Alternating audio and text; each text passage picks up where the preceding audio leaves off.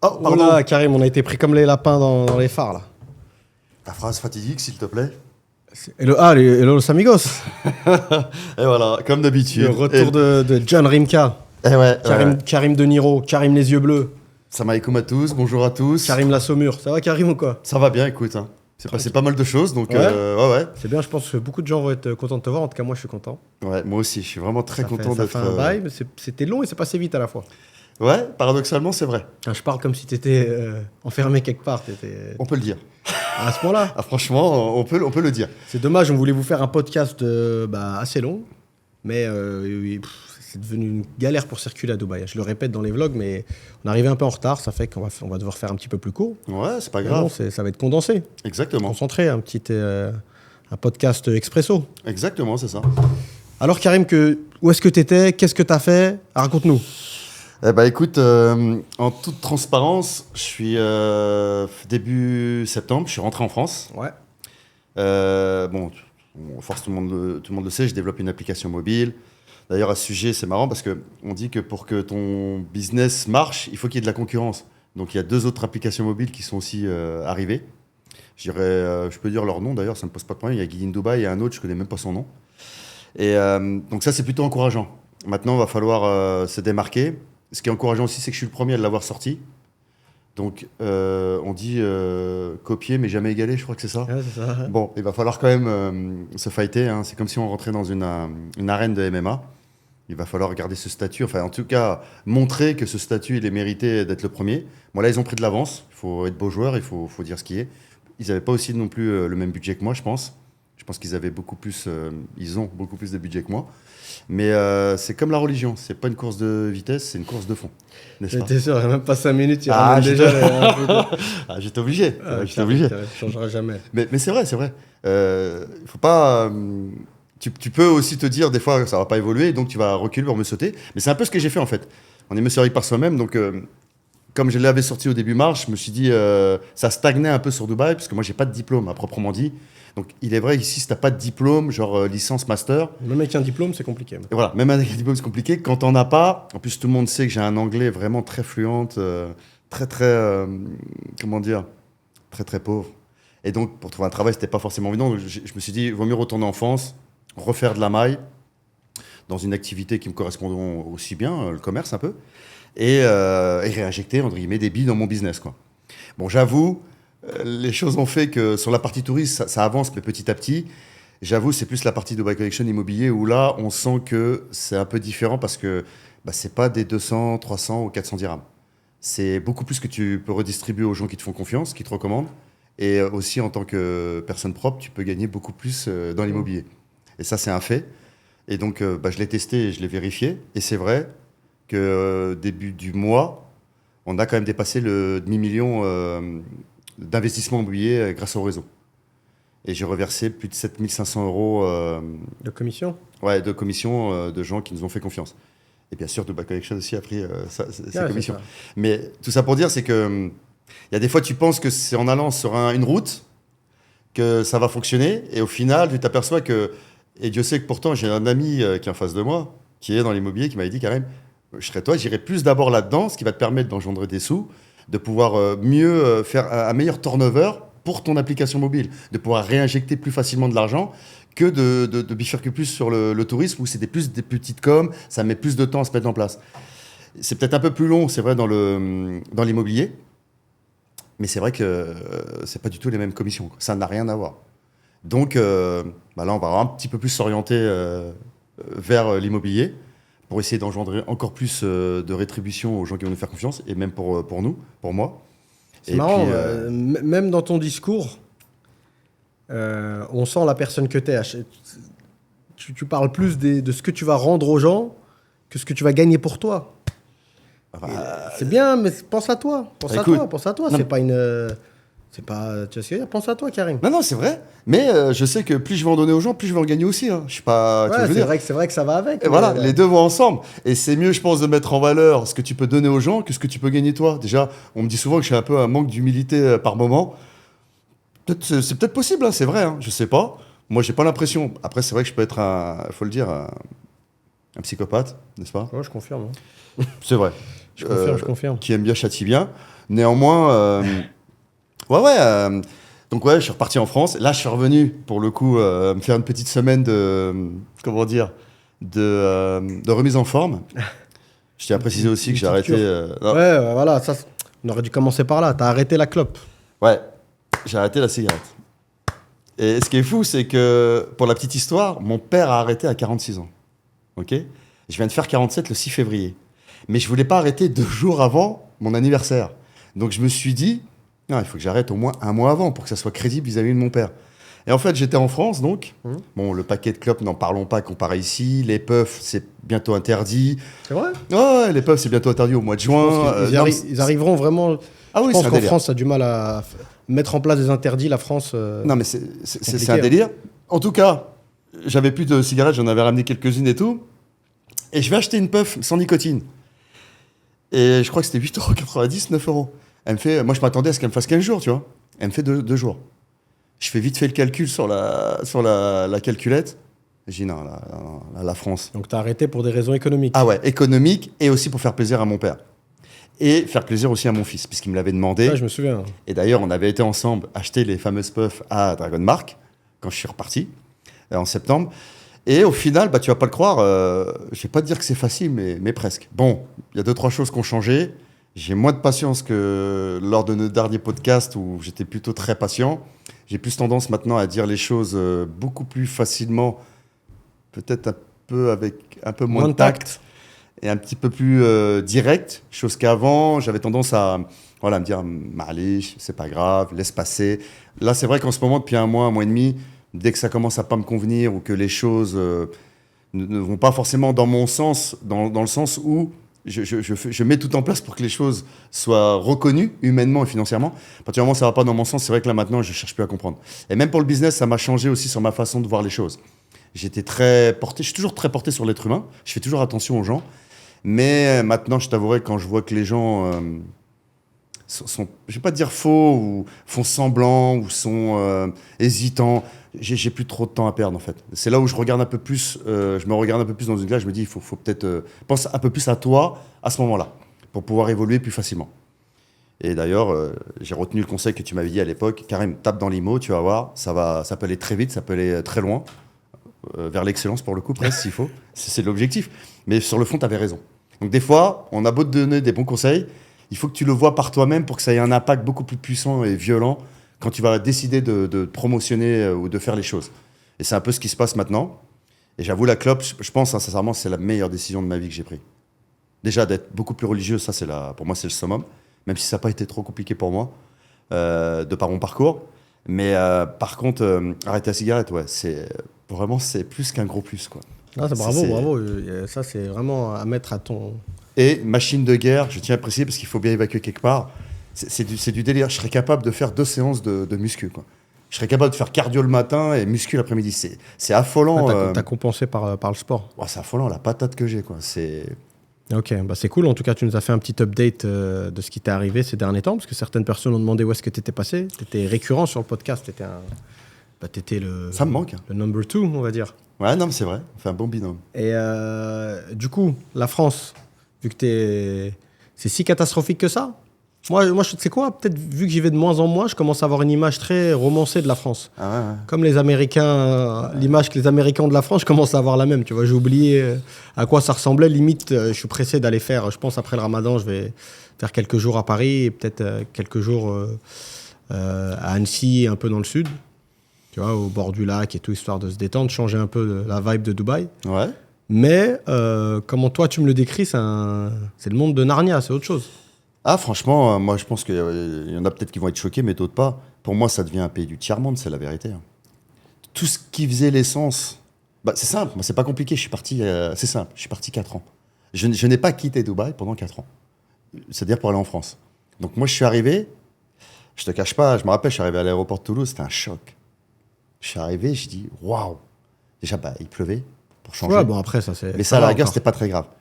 Et après, en toute honnêteté, au début, mais même maintenant, comme j'ai un objectif précis de revenir ici, voire même peut-être de partir un peu plus vers l'Asie, pour le coup, ce qui est sûr, c'est que j'espère du plus profond de mon cœur, et je prie Dieu tous les jours, de ne jamais terminer ma vie en France. Là, c'est juste une étape. Fallait passer par là. J'avais plusieurs options qui pouvaient s'offrir à moi. Le mieux, c'était quand même de rentrer en France. J'avais aussi une opportunité de travail quand je suis arrivé. Même s'il y a d'autres opportunités aussi, mais en tout cas, j'avais décidé de choisir celle-là.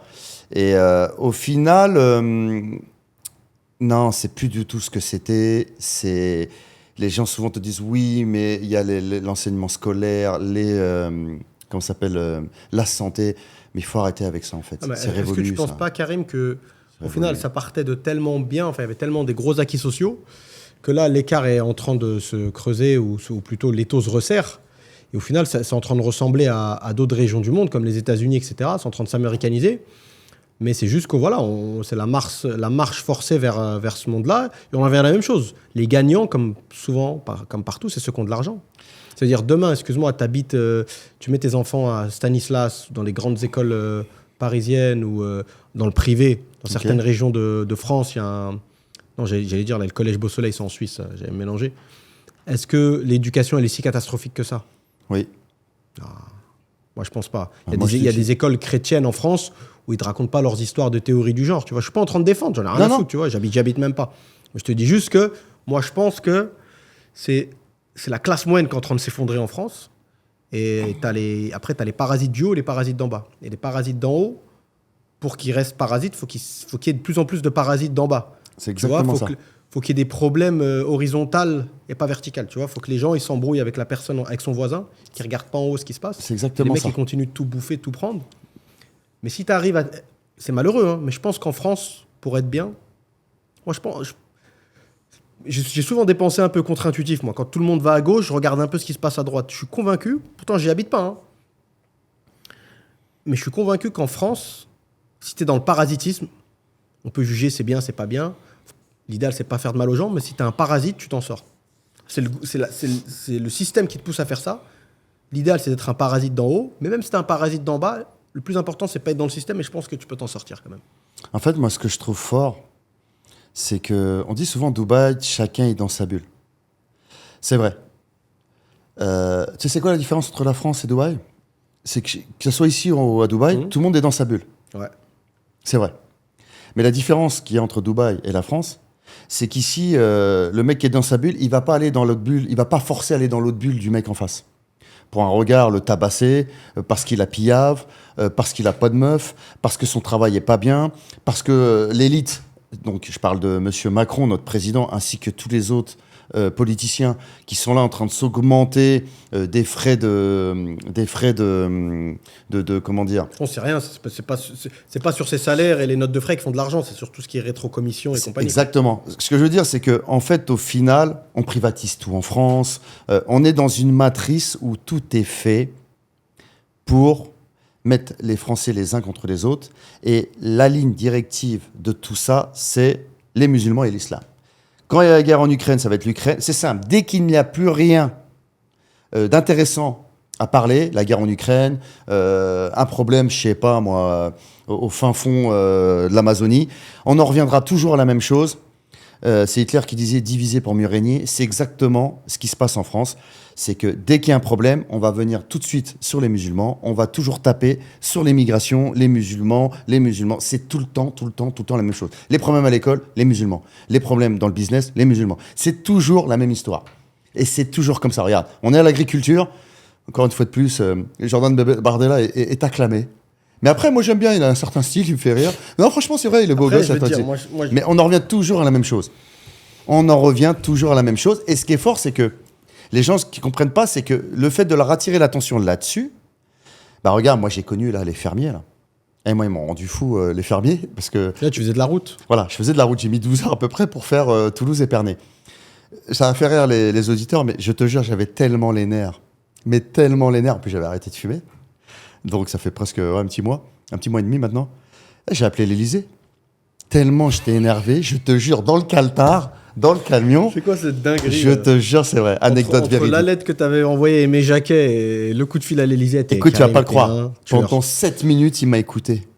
Et j'ai fait écouter. En fait, j'étais tellement énervé parce que j'ai tapé 500 km de national. Je me suis retrouvé avec un camion de 23 mètres cubes dans des routes que je ne connaissais même pas.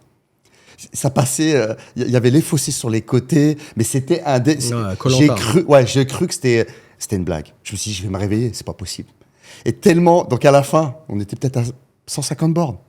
Donc je te cache pas que j'avais bien chargé, hein. Pas fumé une cigarette. Hein.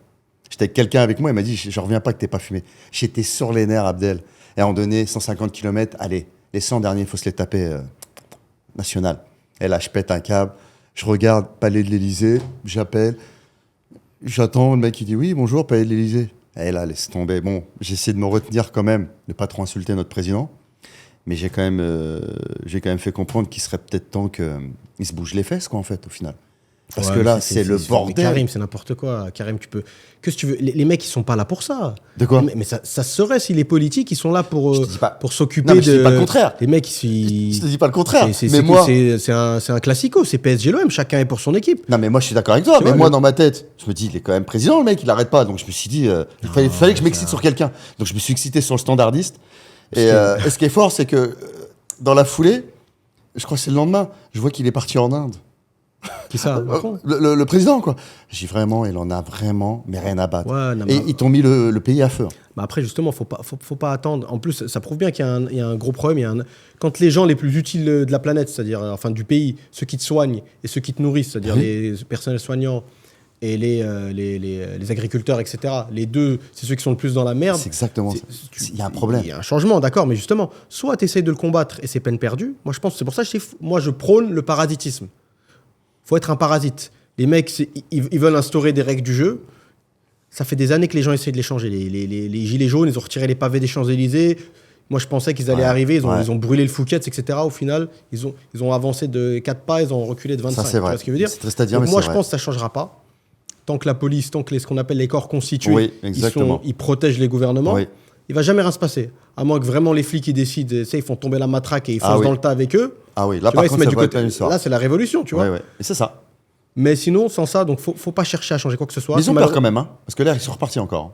Ouais, mais attends, je vais juste revenir sur un point où moi, je suis peut-être pas d'accord par rapport à l'islam. Je vais te dire mon point de vue, moi. J'ai vécu un moment en France. Même après avoir été à Dubaï, j'ai fait un break en 2015. J'ai ouvert plusieurs entreprises et il fallait que je reste en France. J'étais entre Paris et Nice, très régulièrement, dans plein d'autres régions, mais principalement Paris et Nice.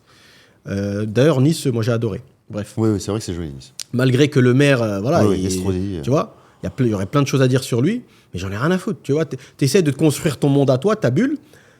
Et après, je parle en mon nom, un homme qui a pas d'enfant, etc. Je peux pas me permettre de parler au nom d'une femme voilée qui est dans un coin où peut-être tout le monde l'a du visage, peut-être pas dans des grandes villes comme Paris et tout. À Marseille, je t'en parle même pas, normalement c'est bon. Mais c'est vrai que dans certains coins, par exemple à Nice, au Cannes-sur-Mer, non, je sais plus, un petit patelin, dans un mall, une fois c'est vrai que j'ai vu un couple était en train de faire il parlait mais super fort, il faisait une réflexion par rapport à la femme voilée qui est une jeune fille en plus. Non, ça m'avait l'air d'être une reconvertie en plus, tu vois. En tout cas, elle avait une tête vraiment de française de souche, on va dire. Et elle a entendu la réflexion, tu vois. Donc c'est vrai que c'est gênant. Mais moi, je te parle, moi, en tant que mec, franchement, je ne vais pas faire la victime. Moi, j'ai vécu un islam, mais 5 étoiles en France. Ah non, mais moi aussi. 5 étoiles, ça veut dire... Il suffit, tu regardes, faut pas regarder la télé. En fait, t'éteins ta télé. Oui, mais c'est ça. Qui t'empêche... Je vais en revenir à ce que je te disais. J'étais dans plein de petits coins de France. J'essaie de faire... Je suis pas le meilleur, mais j'essaie de faire au maximum mes prières à l'heure. Et j'arrivais à prier partout. Il y avait une application. J'ai prié dans des... J'ai prié à Monaco. À Monaco, pour ceux qui ne le savent pas, collé à juste, t'es à 10 minutes, parce qu'il y a des escalators maintenant, 10 minutes la place du casino, où il y a l'hôtel de Paris et compagnie, t'as une mosquée, qui est côté Beau Soleil, mais t'as une mosquée. Regarde, c'est vrai, je suis d'accord avec toi. Le pratiquer, moi aussi, hein, franchement, ça ne change rien à ma vie. Dans la rue, les gens, ils te dévisent. Après, c'est vrai que mais ce qui est frustrant, c'est de voir ce qui se passe. C'est comme par exemple là, ce qui se passe, Palestine-Israël. C'est quand même incroyable de voir à quel point on parle de la France quand même. La France, les pays des droits de l'homme, liberté. Mais tout ça, on a l'impression que c'est fini en fait, tu vois. Mais est-ce que ça a déjà vraiment existé au final? Franchement, moi, à l'époque de Chirac, déjà par exemple, à l'époque de Chirac, Mitterrand, tu voyais que les mecs, ils en avaient. Là, le seul qu'on a vraiment dans le pantalon, c'est De Villepin. Il date de qui, lui? De Villepin. Ouais, non, c'est vrai que la France, c'est le seul qui ouvre sa bouche. Si tu pars politique, la France, à l'époque, elle avait une meilleure politique étrangère. Et c'est dramatique ce qui se passe à Gaza, c'est clair et net. Mais on était respectés. Je sais pas si t'imagines un président comme... d'ailleurs, Macron a voulu faire armes, la même que notre ami Jacques Chirac, mais c'est pas du tout le même. Mais ça n'a pas du tout la même poigne. Je te dis la vérité, moi je suis persuadé que c'est leur truc, il est contre-productif. Moi je suis persuadé que c'est l'arbre qui cache la forêt. C'est-à-dire que moi je pense que les musulmans de France, ils s'en sortent bien justement grâce au fait qu'il y a un rejet. Je te dis, moi, je vais te dire, tu vas voir où est-ce qu'il va mon raisonnement. Moi je pense qu'il y a autant d'entrepreneurs. Parce qu'au bout d'un moment, quand tu essayes de rentrer par exemple dans le monde du travail, il y en a qui y sont parvenus, hein, notamment profession libérale, il n'y a pas de racisme. T'es médecin, tu vois ce que je veux dire. Pareil, t'es avocat, il y a de plus en plus d'avocats d'origine musulmane, tu vois, enfin de religion musulmane. Oui, de religion, c'est vrai. Même des médecins. Voilà, profession libérale, donc ça à la rigueur on met de côté. Dans les entreprises, c'est vrai que c'est peut-être plus compliqué. Il faut vraiment être un bon pour, je pense, tu vois. Mais au final, le fait qu'on te fasse sentir qu'il y a une différence et qu'il y a un mur, qu'est-ce que tu fais? Tu te replies sur toi, un peu système anglo-saxon. Et les mecs, ils s'organisent entre eux. Et les mecs, moi, je trouve qu'ils ont créé énormément de richesses. Oui, ça, c'est vrai. Moi, je trouve que les mecs, ils ont fait bien plus d'argent au final, oui. En faisant ça, en étant communautaire, en lançant des business, parce qu'ils voyaient, même des femmes. Je suis sûr qu'il y a des jeunes femmes voilées. Et je vais pas être méchant, mais peut-être elles auraient eu accès à des emplois peut-être un peu sous-payés, si elles n'avaient pas le voile ou autre, ou quand même, ça serait modèle anglo-saxon, ils s'en foutent. On t'embauche quoi qu'il arrive. Ah non, mais c'est vrai. Elles se seraient peut-être pas creusé la tête. Elles n'auraient pas cherché des combines, elles n'auraient pas, certaines, lancé leur marque, fait un Instagram, fait des gâteaux, je sais pas moi, des conneries, tu vois. Moi, je pense que ce rejet-là, il a créé une vague d'entrepreneurs, une vague entrepreneuriale qui n'aurait pas existé si c'était, tu vois. Ah non, moi je suis d'accord avec toi, et je vais même plus loin. Moi, je me considère pas comme une victime. Et même les musulmans de France, je ne nous considère pas comme des victimes. Voilà, qu'est-ce que t'en as à foutre? Tu regardes pas l'abruti, le mongol, le clochard de Pascal Praud. Exactement. Tout ça, toutes ces conneries, là, Hanouna et compagnie. Franchement, moi, je pense que tu devrais même pas avoir de télé, en fait. T'as même pas de télé. Je te cache pas que moi, je la regarde de moins en moins, mais après... Ouais, non, t'as tout sur le téléphone, tu vois. Sur le téléphone, en plus, ils sont forts, hein, ils te mettent des titres... Ah ouais, même moi qui est contre ça, je me retrouve à cliquer parfois. Mais ça... Au-delà de ça, c'est la situation ambiante, en fait. On en parlait tout à l'heure. Comme je te disais, moi, regarde, je suis revenu ici, ça y est, je laisse mon portefeuille traîner. Je ne m'inquiète pas que pour un regard, je vais prendre une droite, pour une cigarette. Les faits divers, c'est hallucinant. Non, mais est-ce que c'est pas amplifié par le fait que, justement, tu les lis? Parce que, je sais pas, moi... Non, il n'y en a pas, tout simplement. Ici... Non, mais Dubaï, de toute façon, Dubaï et les destinations du Golfe, avec Singapour... Mais même Bali, hein. Est-ce qu'il y a des morts à Bali? Est-ce qu'il y en a qui se fait flinguer pour une cigarette? Non, à mon avis, il doit y avoir des trucs dans des mafias locales, mais en tout cas, les étrangers, non, il n'y a pas de... C'est safe. Même la Thaïlande, hein. Ah oui, la Thaïlande, malgré tout ce qu'il pourrait y avoir. Ce qu'on est capable de faire, nous, les Français, là-bas. C'est une ville de night, c'est une ville de nuit. Les gens, ils sont tous bourrés, défoncés. Mais franchement, c'est super safe, la Thaïlande. Une nana peut marcher à Bangkok 3h du matin, il lui arrive rien du tout. Exactement. C'est pas le cas en France. Hein. Ouais, c'est pas le cas en France. Non, l'insécurité, elle a augmenté. Ça, c'est clair et net, tu vois. Ah, pour moi, c'est critique. Ça devient vraiment critique. À ce point-là, carrément. Ouais, après, bon, je prends en compte ce que tu me dis, tu as été tout récemment. Donc, franchement, moi, je reconnais plus. Et pourtant, je suis un peu chauvin parce que j'aime bien le dire. C'est vrai, j'aime bien mon pays. Et en plus, je suis normand, donc je suis fier de l'être. Mais franchement, je trouve que mon pays, ouais, on dirait un pays du tiers-monde, quoi. Sincèrement, ça devient un pays du tiers-monde, quoi. Et je trouve qu'on a toujours ce truc de donner des leçons aux autres. Ouais, non, ça c'est vrai. C'est incroyable, quoi. Mais tout le monde, en plus, hein. Même certains musulmans de ma communauté. Mais c'est du délire de voir à quel point, comment les gens peuvent avoir le sens critique d'une facilité incroyable. Dans quel sens? Surtout, en fait, il peut se passer n'importe quoi. Tout le monde dit tout et n'importe quoi. Non, mais ça, c'est culturel. La France, c'est un pays de bavardage. C'est un pays de... Tu vois, des gens, ils peuvent prendre un café, ou ceux qui boivent, ils peuvent prendre une bière ou un verre de vin. Il pleut, il neige, et tu les vois, ils peuvent discuter 3 heures. C'est ce qui fait aussi un peu le charme des Français, j'ai envie de te dire, tu vois. Non, mais quand je dis Français, moi, c'est tout le monde. Hein. Non, mais quand je dis Français, moi aussi, c'est tout le monde. Mais ils ont un avis sur tout. Ils ont peut-être un avis sur tout. Mais après, c'est ce qui fait aussi qu'il y a... Je ne sais pas si c'est la poule ou l'œuf là, qui est venu avant. Je ne sais pas si c'est grâce à ça, parce qu'ils aiment discuter, etc., qu'ils ont une bonne culture générale. Mais là, quand j'étais à Bangkok, j'ai discuté avec un Américain dans l'avion, pourtant un mec successful, hein, sans faire le beau gosse, mais j'ai fait un vol business de Bangkok à Bali. Le mec à côté de moi, retraité américain qui habite à Santa Monica. J'ai vite capté qu'il était limité dans la... En plus, c'est lui qui a ouvert la conversation. Tu me connais, moi, je suis pas bavard. Je parle pas beaucoup. Et c'était pas... les Français, de la culture générale, quand même, ils sont là, tu vois. C'est vrai qu'ils parfois, ils se mêlent un peu de tout et n'importe quoi. Mais je trouve qu'il y a quand même de la conversation. Parfois beaucoup. Parfois beaucoup. Voilà, parfois beaucoup. Et après, franchement, je préférais peut-être avoir un peu moins de culture générale. mais avoir un meilleur standing de vie, hein, sincèrement. D'ailleurs, tu me parlais des écoles et tout, mais même dans les écoles privées, hein, contrairement à ce que tu peux croire, là, tu parlais de Stanislas, mais ça déborde de partout. Mais de partout, dans tous les secteurs. C'est phénoménal. Après, on a cette réputation aussi, il ne faut pas oublier, d'être radin, hautain et je ne sais plus quoi l'autre. Et râleur. Bah, autant avant, j'étais pour ce qui est d'autant radin. Le côté râleur, en fait, mais en fait, je comprends maintenant comment, moi, depuis que j'y suis, je me dis, moi, je fais plus trop attention parce que je suis venu pour un objectif et ma tête n'est pas en France. Ouais, ailleurs. Mon corps est en France, je travaille en France, mais ma tête, mon objectif est déjà parti. Donc, moi, j'ai pas la même vision que ceux qui sont là, dans leur quartier, même à la campagne, pareil. Même à la campagne, pour moi, un mec de quartier de cité ou un mec à la campagne, si t'as pas une optique, un objectif précis de quitter la France, bah, t'es dans ton petit train-train de vie de Français à la campagne, au quartier, ceci, cela. Donc moi, je vois ça, malgré que je suis en France, j'ai quand même un avis extérieur à tout ça. Ouais. Et ça me turlupine pas trop. Pascal Praud, il critique ceci, cela, patin, enfin.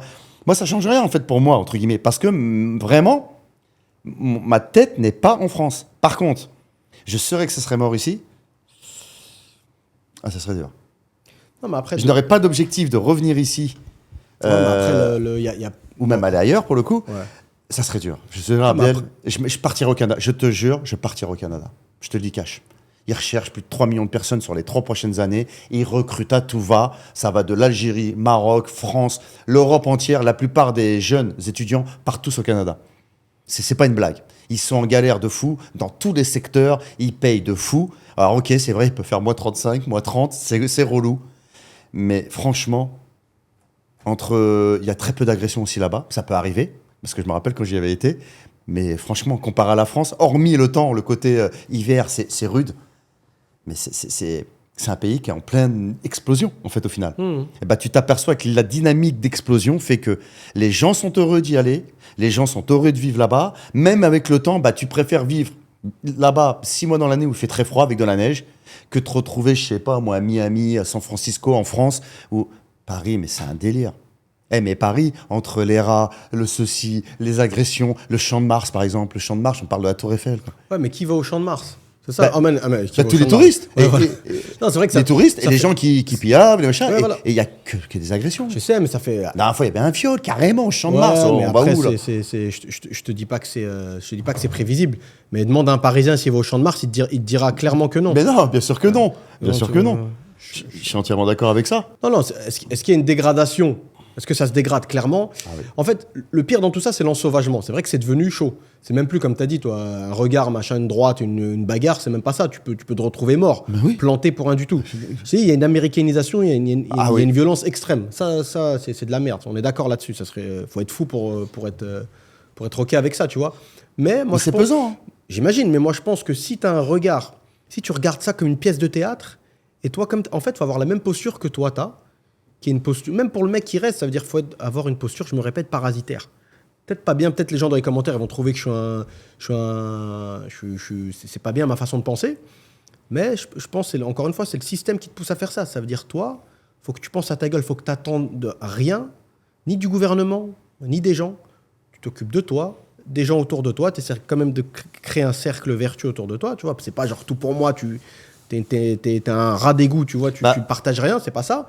Mais c'est toi qui te construis ta retraite, tu te construis ta vie présente, ta vie future, si tu peux.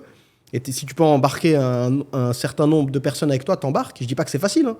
Moi, demain, je rentre en France, je te dis pas que je vais m'asseoir dans un café, je vais faire un petit plan de 3 heures et c'est bon, tout est réglé, je suis sur les rails. Franchement, la France te pousse à comment dire ça? À être malsain. Ouais, entrepreneuriat, regarde, je vais employer un terme que je n'aime pas, mais je vais le dire comme ça pour que les gens comprennent. Tu veux être dans l'entrepreneuriat à Dubaï, tout l'argent que tu vas gagner va être pour toi. Tu le fais en France, tu deviens la pute de l'État.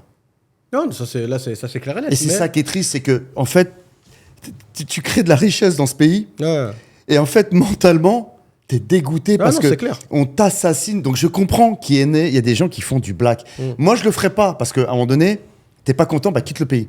Alors, nous, en plus, on est musulmans, donc il faut faire attention à ce qu'on fait. Mais je peux comprendre, je ne cautionne pas, mais je comprends les gens qui font du black, les gens c'est fou, même en travaillant, juste en étant salarié. C'est incroyable comment ils peuvent, je reviens, je persiste. comment ils peuvent te démonter. C'est le parasitage. C'est le parasitage. Quand tu es dans le système, quand tu es dans la roue, tu es en mode hamster, tu es cuit. Ouais, mais tu peux pas faire ça. Bah, bien sûr que tu peux. Moi, je peux te. Voilà, Non, mais est-ce que c'est bien? Ah, tu parles au niveau de l'éthique. Eh ben oui. Tu parles au niveau de l'éthique. Après, je veux même pas l'éthique religieuse, hein. Je parle juste d'éthique normale.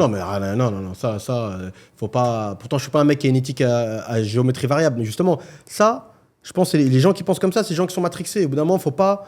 Ton système de pensée, tu te le crées toi-même. Faut que personne te l'impose. Ça veut dire que tu arrives, tu juges une situation si elle est bonne ou mauvaise selon tes critères personnels. C'est pas un mec en train de te la mettre qui est au Sénat, je sais pas quoi, qui va décider ce qui est bon pour toi. Tu décides ce qui est bon pour toi-même. Bah dans ce cas-là, faut quitter le pays. Non.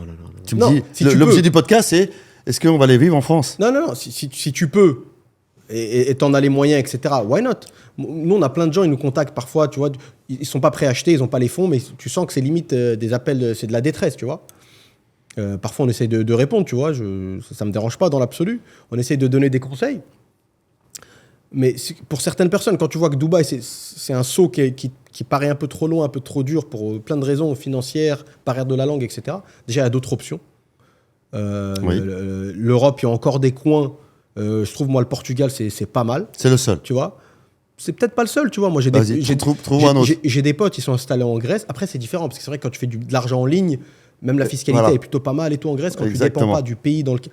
En fait, on en revient au parasitisme. Quand tu dépends pas du pays dans lequel tu vis, c'est pourri, parce que c'est une mentalité à la Jacques Attali, tu vois, mais le monde, ça devient ton hôtel. C'est-à-dire, tu vas là où tu te sens le mieux, et parfois, ça peut arriver que là où tu te sens le mieux, c'est pas un endroit où tu peux forcément bien gagner ta vie. Donc, à la rigueur, si tu arrives à gagner ta vie, peu importe où tu te trouves, tu vois, tu reprends ta liberté, en fait. Reprends ta liberté. Tout à l'heure, tu m'as dit quoi? Karim, hormis ton fils, on te donne 5 000 € en France, 10 000 dirhams. Donc, pour ceux qui ne savent pas, 10 000 dirhams, ça fait 2 500, donc la moitié, à Dubaï. Je t'ai dit quoi?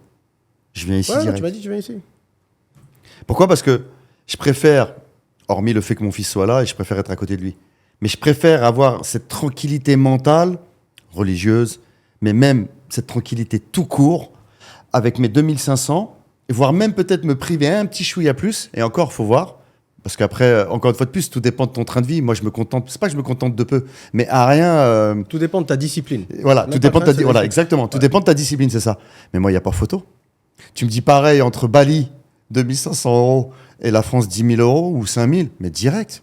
Je préfère aller là-bas, parce que je sais que je vais avoir une vie totalement différente et qui correspond plus à mes envies, à mes critères, pas à mon âge, parce que je suis quand même quelqu'un, j'ai quand même la réputation d'être assez fou, donc comme quoi c'est pas une question d'âge, mais en tout cas qui va correspondre à une certaine tranquillité, sécurité, tout ce que j'aime en fait. En fait, normalement, tous les êtres humains sur cette planète devraient se trouver dans un endroit où ils sont en sécurité, où tout est normal. Ça, c'est dans un monde... C'est ça. Voilà, dans un monde peut-être utopique. Après, pour un homme, pour un homme, pas tout le temps, parce qu'à la longue, c'est vrai que c'est fatigant, mais pour un homme, je trouve que c'est bien d'être dans un environnement qui développe un peu tes sens, ta paranoïa. Moi, par exemple, demain, si j'ai des enfants, faire grandir des enfants à Dubaï, c'est magnifique. Je vois énormément de bons côtés, il n'y a rien à dire, mais... Il peut y avoir des petits mauvais, attention. Tu peux en faire des pâtes molles. Hein. Tu peux en faire des pâtes de fruits, c'est-à-dire le mec, il marche, tu vois, il a aucune paranoïa, il ne sait pas ce qui se passe, tu vois, il regarde pas son environnement, il comprend pas qui est quoi. Tu vois ce que je veux dire? Bah regarde. Moi, je pense pour un homme, en tout cas, pour son développement personnel, je pense que c'est important de... Moi parfois, je me refais des tripes, des gens qui, si tu serais dans ma tête, tu te dis, mais il est complètement barjot, ce mec. Regarde, c'est là où je réfléchis, comment tu vois? C'est là où moi, je trouve que c'est dommage. Pourquoi? Parce qu'on a vécu en quartier tous les deux. On a appris beaucoup de choses. Ouais. Des choses utiles, mais aussi beaucoup de choses inutiles.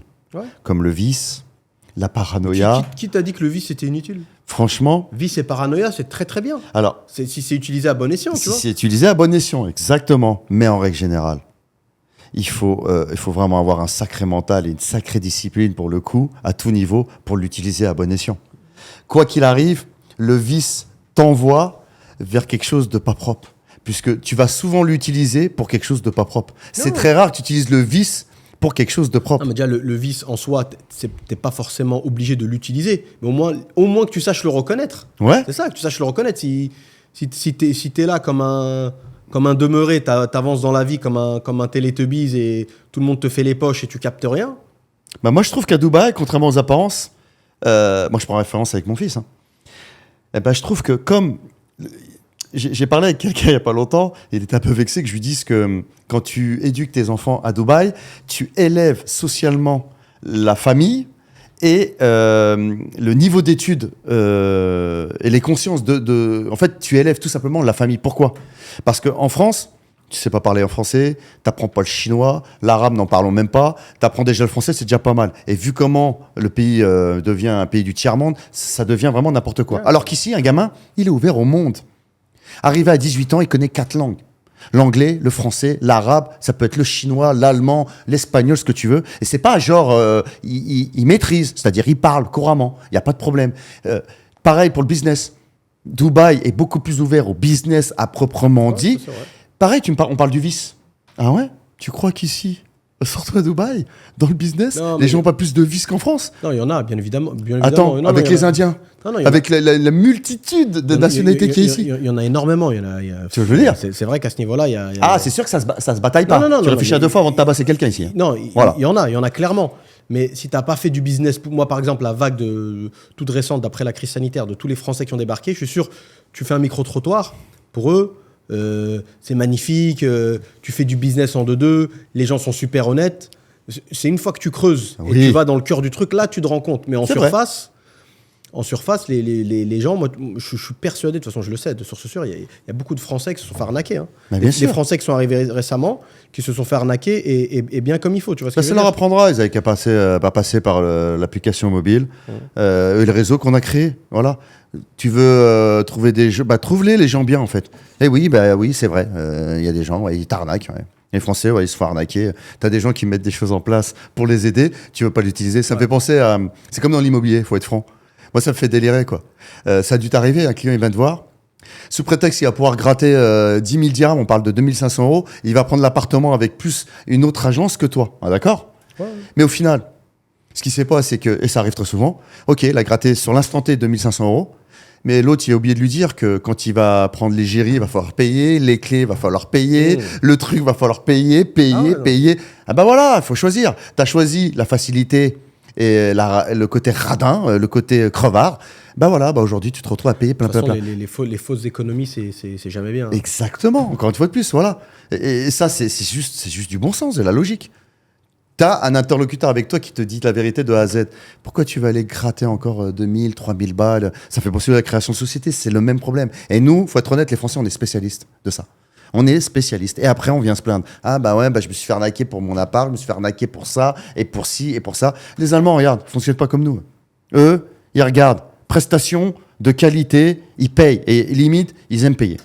Parce qu'ils ont prestations de qualité. Les Américains, ils sont pareils. Les Américains, pareil. Ils ne cherchent pas à grappiller pour se faire entuber. Eux, ils préfèrent payer de la qualité pour être tranquille. Voilà, ça, c'est une bonne attitude. C'est vrai. Si nous, les Français, on avait un peu plus cette mentalité, on se ferait peut-être un peu moins avoir. C'est notre côté crevardise, et c'est la vérité, qui nous fait faire des mauvais choix. Qui cherchent à chaque fois des bons coups, etc. C'est ça. Tiens, j'ai une question pour toi, Karim. Désolé, on n'a pas ceux qui suivent la chaîne qui pensent principalement parce qu'on parle d'immobilier. Bon, aujourd'hui, il faut descendre du bus. Hein. On n'a pas trop parlé d'immo, mais bon, c'est les retrouver avec l'ami Karim. On n'a rien prévu, c'est un peu du freestyle. Donc, c'est vrai, comme d'hab. Hein. C'est très bien comme ça. Je suis sûr qu'on va pas forcément être d'accord, c'est ça qui peut être sympa. Il y a une phrase en anglais j'aime bien qui est très répandue, un truc d'Instagram un peu fourre-tout, tu vois, qui dit « Your network is your net worth ». En gros, c'est les personnes que tu connais font ta valeur actuelle ou future. Quand je dis la valeur, pas la valeur humaine, la valeur financière. En gros, c'est les gens que tu connais qui vont faire en sorte que tu vas réussir ou pas dans la vie, niveau oseille, niveau business. Qu'est-ce que tu penses de ça, toi ? Ok, pour faire court, puisque des gens arrivent. Déjà, tu me connais, hein. On se connaît. Bon, déjà, c'est Dieu qui donne. Ouais, non, quoi qu'il arrive. Ouais, ça, c'est la base. La base. Donc, une fois que tu as compris ça... Tu replantes le chapiteau direct. Bien sûr. Bien sûr. C'est pas les gens qui vont me donner la baraka ou la réussite. Déjà, c'est Dieu. Mais néanmoins, on a un cerveau. Il est clair que... là, par exemple, moi, ce qui se passe dans l'immobilier, c'est quoi ? C'est une association. Et encore, c'est pas. D'ailleurs, je vais balancer un petit tacle, il se reconnaîtra. C'est l'association d'avoir rencontré des gens, dont une en particulier, grâce à une fille qui était en vacances en Thaïlande, qui m'a présenté cette fille-là, qui fait que maintenant on bosse ensemble et qui a fait qu'aujourd'hui, entre guillemets, entre autres, on a fait un deal dans l'immobilier, tu veux dire. Mais paradoxalement, on a rencontré, c'est surtout moi en plus, j'ai rencontré cette personne-là qui nous a mis un peu en porte-à-faux, mais grâce à ça, on a pu rencontrer quelqu'un d'autre qui lui est beaucoup plus sérieux. Donc au final, ce qui est fort, c'est que moi, je pense que de toute façon, quand tu fais du networking, tu vas avoir de tout. Mais le but du jeu, c'est pas d'avoir de tout, c'est d'avoir peu, mais de qualité. Et t'en as beaucoup, au final, qui cherchent beaucoup avec peu de qualité. Bah, je suis désolé de le dire, quand tu fais du réseau, vaut mieux avoir peu de personnes dans ton réseau, mais des gens fiables, parce que tu vas apporter une plus-value, une qualité, que d'avoir beaucoup de gens autour de toi qui vont s'intéresser au final, encore une fois, qu'aux thunes, comme d'habitude, et qui vont pas s'attarder sur les choses les plus importantes qui vont te crédibiliser, en fait, au final. Donc, le networking, c'est bien. Je pense que c'est pas ancré chez les Français. Je le vois bien, là, pour le peu, là, dans mon nouveau domaine d'activité, ce que je fais, je le vois bien que les gens travaillent en réseau, ils connaissent pas du tout. Ah, mais pardon, je te coupe, Karim, pour avoir justement la qualité, est-ce que tu n'es pas obligé de passer par la quantité et après tu filtres? Et est-ce que c'est pas ça qui te bouffe ton énergie? Alors, oui, tu es obligé de tester. Mais, avant par exemple, moi, pour l'immobilier, il y a toi, il y en a d'autres. Mais dès le début, toi, je savais qu'il y avait déjà 9 chances sur 10. Peu importe le client que je vais t'envoyer, il y a 9 chances sur 10. Je sais que jamais, au grand jamais, tu oseras lui mettre une pilule. J'étais persuadé depuis le début. Maintenant, je vais te prendre l'autre cas de figure. C'est mon côté naïf, ça aussi. J'ai rencontré donc quelqu'un d'autre où je me suis dit, c'était pas comme toi, hein, c'était pas du 9 sur 10. On va dire du 5, du 6 sur 10. Il y avait quand même des petits doutes, tu vois. Mais il faut bien enlever les doutes. Il faut bien faire un deal. Bon, bah, en faisant le deal, j'ai compris. Next, à dégager, plus jamais on travaillera ensemble. C'est fini pour lui. Nous, je suis presque sûr qu'on pourra travailler. Dans 20 ans, on serait capable d'être tous les deux autour du micro. Inch'Allah. Et de continuer à se parler. Pourquoi? Parce que j'étais sûr à 100% quand je t'ai rencontré il y a 4 ans que toi, t'étais différent des autres. Ouais, après, ouais, ok. C'est la vérité. Okay, ça sent, après, ça se sent pas. Que ça tourne pas autour de nous, enfin de non, moi. Mais il y en a d'autres dans le groupe. Je peux les citer. Il y en a d'autres dans le groupe. Après, et pareil, il y en a d'autres où je me suis dit, on va tester, mais ça sent pas. Après, moi, de ce que je vois, il y a une vague pareil. Après, je sais pas si c'est lié à l'âge. Parce que moi, avec le recul, quand j'étais jeune, je faisais du réseau sans même le savoir. Mais le souci, moi, j'aime pas trop parler de moi, mais j'ai rencontré vraiment des. Après, je sais pas si ça aurait pu aboutir, tu vois. Vraiment jeune, hein, avec mes potes Steve et Salah, un petit big up à eux. On était des jet-setters, jeunes adultes jet-setters, je te jure. Ouh là là. Et pas n'importe où. Et tu vois, on a rencontré vraiment des gens, bon des enfants de gens importants. Ouais. On va plus dire ça comme ça. Puis Picasso. Moi, j'ai traîné, je suis parti dîner avec le petit-fils de Picasso, avec le fils du propriétaire du Lido. C'était un bon pote à nous, du Lido sur les Champs-Élysées, propriétaire des murs et tout. Mais en fait, la conclusion de tout ça, c'est au lieu de se concentrer à forcément vouloir gesticuler dans tous les sens, rencontrer du monde, j'ai fait ci, j'ai fait ça, j'ai rencontré lui, enchaîner les rendez-vous, il faut d'abord, je pense, se concentrer sur toi, qu'est-ce que tu peux apporter. Parce que concrètement, les personnes que tu as rencontrées, si l'immobilier en question, là, tu n'avais rien à mettre sur la table, les connaître, tu vois, ça aurait rien changé plutôt. Je pense qu'il faut d'abord se concentrer sur soi, tu vois, se mettre dans une posture où potentiellement les gens ont besoin de toi. Et là, après, tu peux te mettre en position de rencontrer des gens parce que tu as quelque chose à vendre, entre guillemets. Alors, c'est vrai. Les mecs qui rencontrent des gens, ils n'ont rien à vendre. Mais moi, je suis d'accord avec toi. Après, moi, j'ai cette particularité, je pense. J'aime bien rencontrer les gens, en fait. Ouais, voilà. Toi, t'aimes bien parler de manière générale. Moi, j'aime bien parler et rencontrer les gens. Donc, c'est facile pour toi. Et, exactement. Et donc, pareil, les gens ne se rendent pas compte, mais moi, je fais beaucoup j'ai la réputation d'être un fou et je fais beaucoup le con. Mais l'avantage, c'est que les gens ont une perception de moi de quelqu'un de fou. Ils baissent la garde. Ils Exactement. Ils ne voient pas venir. Mais ils ne voient pas venir parce que moi, pendant ce temps-là, je peux les observer. Pendant qu'ils me regardent, ils se disent ouais, c'est vraiment un fou celui-là. Mais ce que tu sais pas, c'est que moi, je te regarde toi à ton côté naturel parce que tu crois que là, je suis au naturel. C'est vrai que je suis au naturel, c'est vrai. Mais tu sais pas, j'utilise le vice justement pour me dire bah vas-y, je vais faire le fou, on va voir comment il va se comporter réellement. Et ça me permet de voir des choses. Donc des fois, il vaut mieux passer pour un fou. Et au final, c'est toi le moins fou. Ouais. Que de passer pour quelqu'un de pas fou. Et au final, c'est toi dans tes actions qui est complètement fou en fait au final. Tu vois? Ouais, il y en a. Attends, il me refait un signe, il y a de quoi. Bah, en tout là, cas, on va être obligé de. T'en étais bien parti. Hein. Karim, On va revenir. Hein. on va revenir. On va Plus revenir. fort. Ouais, C'est ouais. quoi ta phrase? Plus vite, plus loin, vers l'excellence. Et ça nous va très bien, je trouve. On se quitte là-dessus, Karim De Niro. Eh ben vas-y, mon petit Abdelous. Et on se voit bientôt là. Ouais, On va on refaire se voit je pense un ou deux là. On va même faire un vlog. On va aller ensemble dans le quartier d'un ami en commun qu'on a. Ah oui, c'est vrai. Et on vous mettra ça en ligne, les gars. Ah ouais, ça va être sympa. Prenez soin de vous. À très bientôt, Inch'Allah. Ciao. Bye.